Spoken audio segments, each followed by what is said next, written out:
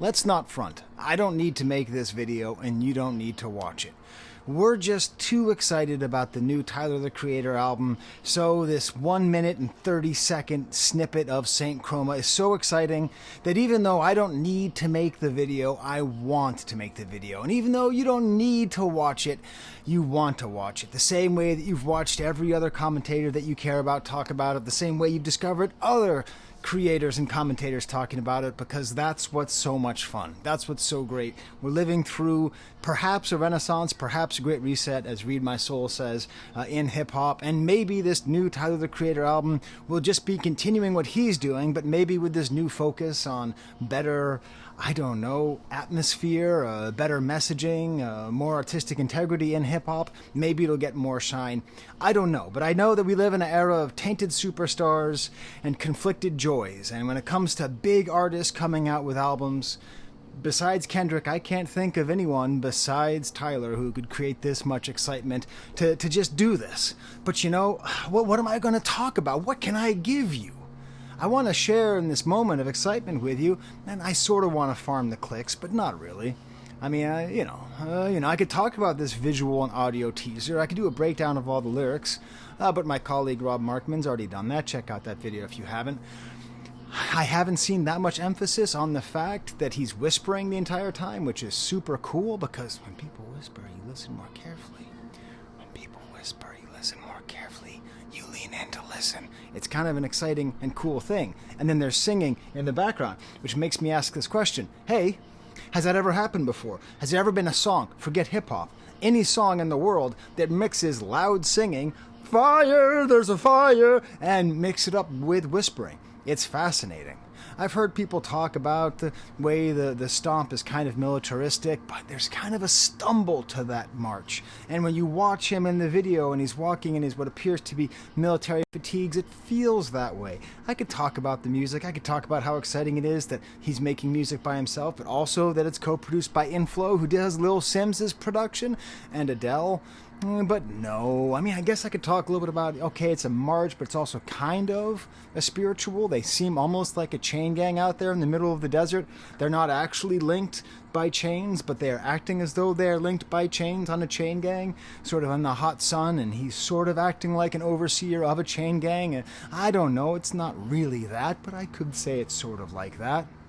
How he's wearing a mask that's sort of like his face, but not, sort of no affect, wildly reminiscent of a movie by Jordan Peele, maybe even a little bit reminiscent of Stromae if you're into international hip-hop and pop. But I'm not going to talk about that. I'm not going to talk about how he leads the people into the storage container and how my favorite part of the whole video is, despite the fact it's only 1 minute and 30 seconds long, you don't know what he's going to do. Is he the villain or not? When he comes in so late after the 10 of them go into the container, he comes in late, and you don't know the first time you watch it. Is he going to close the door, or is he going to get in himself and close the door? Of course, he goes in and closes the door, which means his fate will be no different than those who he is leading. Whatever the symbolic difference is between him as the leader and them as the followers, they are suffering the same fate, which I think might end up being thematically linked to what this album ends up being about. But I'm not going to talk about that. I'm not going to talk about these mysterious hands that blow up the whole container. I'm definitely not going to talk about how it reminds me of the video game Lemmings.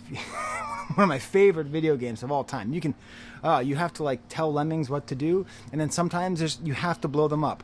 And when you have to blow them up, you press a little button, and it counts down. And then these little lemmings go, oh no! And then they blow up spectacularly. That would be a ridiculous thing for me to talk about in this video. I might bring up, okay, I will talk about this. I watched this with my daughter, and she immediately goes, Dad, can I borrow your computer? And she pulls up the See You Again video from like 6 years ago. You know, Kaliuchis and Tyler, the Creator, and points out that it's very similar. The scene where he's leading a bunch of dancers on the aircraft carrier. So props to my daughter for seeing that. I could talk about the rollout. I'm interested in that. Unfortunately, my colleague Justin Hunt has already done a great video about it. I do want to say it is such a hard agree. Thank you, Tyler, for pushing for Tuesday releases. Listen, lore on this channel is I didn't pay attention to music from around 2005 to around 2018. So I remember the first time that I bought an album the day it came out on a Friday. it was Random Access Memories, May 17th, 2013. And I was like, what do you mean? What do you mean it comes out on a Friday? It's terrible. That's when movies come out. There's a system. There's a system that exists and a system that works, and that system is this. Movies come out on Fridays. Music comes out on Tuesday. It's a special day. You can take your whole week to listen to it. You can listen to it on your commute. You can listen to it on the way to work. Whatever it is, like you build it in. It's this fun little thing where Tuesdays belong to music. New Music Tuesdays. That's how it is. And this whole New Music Friday thing, I've never liked it. So I'm very happy that Tyler's doing that. So maybe I'll talk about that for a second. But what I really want to do is do what I do, which is words. Thank you for auditing the Always Positive New Music Review Show, hosted by a French professor, which means I'm a linguist, which means I think a lot about language. When I'm not thinking about music, I'm not thinking about whether or not Marseille is going to beat Montpellier later today. I am thinking about words. So Saint Chroma, and this word, the title of the album, Chromakopia. That is what this video is going to be about. That's what I want to talk to you about. Now, Saint Chroma, he's not the first person to come up with a fictional saint, right? Metallica has Saint Anger. I don't care, it sounds stock. Donk, right? Saint Pablo. In general, in pop music, it seems that when you call someone Saint something, it's representative, it's sort of a oxymoron where the person who's being described isn't really a saint. They're sort of more defined by kind of conflicted ambiguity. So, okay, we'll just stick with that. We'll just keep that idea. But what about Chroma? If this is Saint Chroma and this is Chromakopia, let's actually study these words and what do they mean, because this word does not exist. Chromakopia. You can look it up, but it's not in any dictionary. First of all, chroma. It has a Greek origin. It means color. What's the first thing you think of when you watch the video? Hey, this isn't black and white. This isn't actually sepia. What is this? Sepia-copia? Right? That's what I thought. It's all sepia. Then at the very, very end, it gets, well, the term is chromatic. It gets colorful at the end. They're wearing black and white, the people behind them. Everything is there, and then we have the bright green color, including the container is bright green. So something that is defined by its black and whiteness, including the cover of the album that we have seen. We see that it's actually Saint Color. That's his actual name. But let's get more into Chromakopia as a word. Okay? How do we think of this? Is chroma like a prefix? Let's think of it that way. We have prefix or a suffix. You know, we can have the opia as the suffix, the thing that comes at the end of a word, or chroma as a prefix. We already have color. Okay? When opia is a suffix, in general it applies to vision. As an example, double vision is diplopia. I could give you a whole list of other different kinds of things that have to do with vision that end in opia. So, color vision, that's interesting.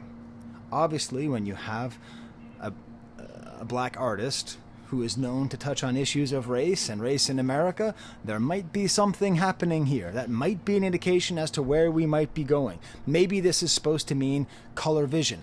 But this K really gets in the way. This really bugs me. This should really, by all rights, be a C. I mean, this makes me think, the first time I saw this, I thought, oh, I can't wait for Tyler's new album, Spanakopita, which is the name of that, like, savory spinach pie you can get at a Greek restaurant. Damn, I could go for some Spanakopita. But no, what you actually think of, and this is where I think it comes from, okay?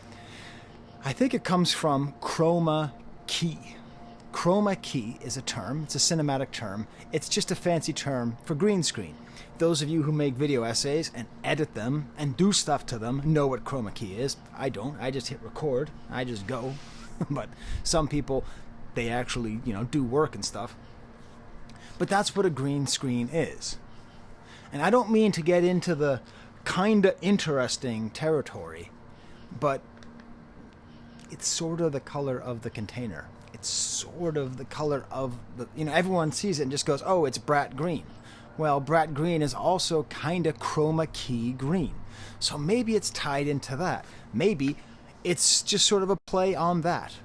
and the black and white and chroma key, and maybe it's about how we can pretend to be anywhere with modern technology and how we're sort of everywhere and nowhere because of chroma key technology. You know, if I had a chroma key, I could pretend like I'm not on my back porch praying that no one turns on their goddamn leaf blowers, because leaf blowers are the devil, okay?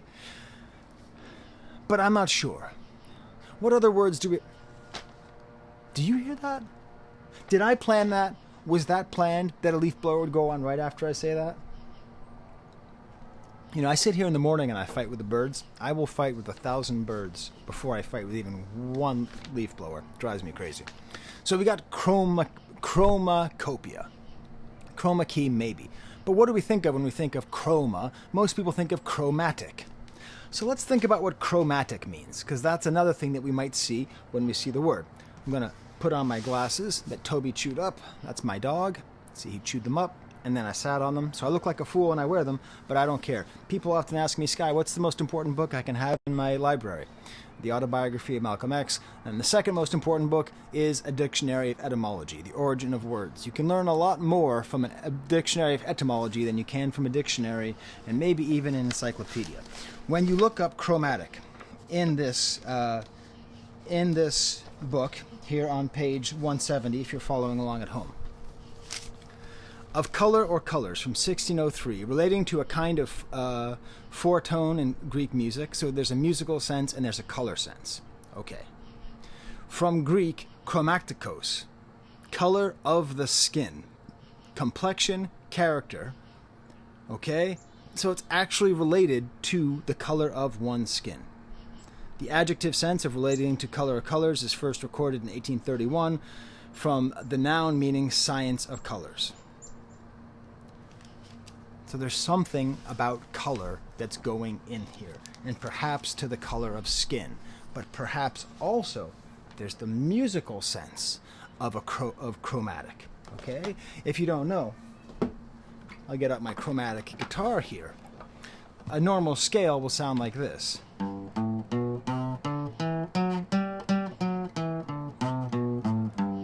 Okay? If you actually look on a guitar, I'm jumping over notes here.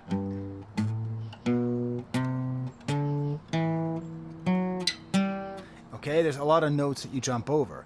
A chromatic scale is when you have all of the half steps in between. And please correct me in the comments if I'm oversimplifying, you music nerds. This is how I understand it. So instead of, it would be,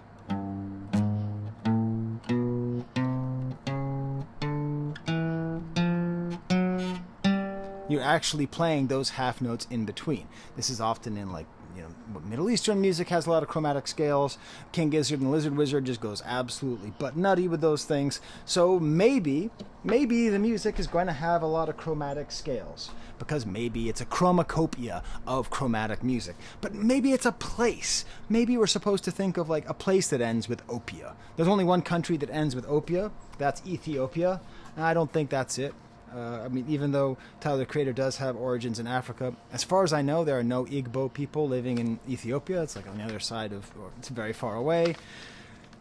Or maybe utopia, that might be it, maybe, because utopia, often we'll sort of think about utopia, which of course comes from the 1516, I believe, book was written in 1516 by Sir Thomas More, and it literally means no place, but we now mean it's like some fantastic place. So maybe what it's supposed to indicate is a sort of fantastical world of color, maybe sort of a Wizard of Oz style thing where it's in black and white and then it's in color, except maybe the color is violent and terrible. I can't tell because the whole thing is such a bummer. It looks like he's wearing this mask and it looks like he's wearing a military garb. You know, the whole thing, it doesn't look good on either side. But maybe it's this whole sense. But finally, what I think really makes me feel is cornucopia. Chromakopia, cornucopia. I could look up in the dictionary of etymology here, but it's like a 3,000-year-old word, and it literally means a horn of plenty, like a horn, like an actual horn, corn. Unicorn means one corn, one horn. That's why it's called a unicorn. And copiae meaning much, abundance. Okay? And no, I'm not saying it's cope.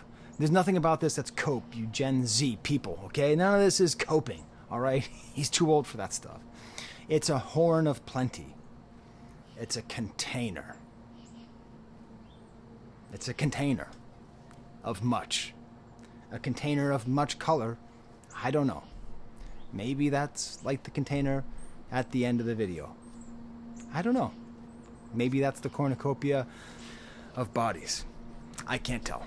But that's as much as I can come up with. That is me doing my level best to add to the discourse what I can with this bizarre word, as far as what chromia might mean and what opia might mean and what the K is doing there. The K is very upsetting. The K is an upsetting letter, okay? Obviously in American history, we saw that with Ice Cube's album, KKK's Most Wanted. I don't know. The whole thing feels to me like it's leading up to a very sort of Jordan Peele-esque, semi-horrific take on race relations in America.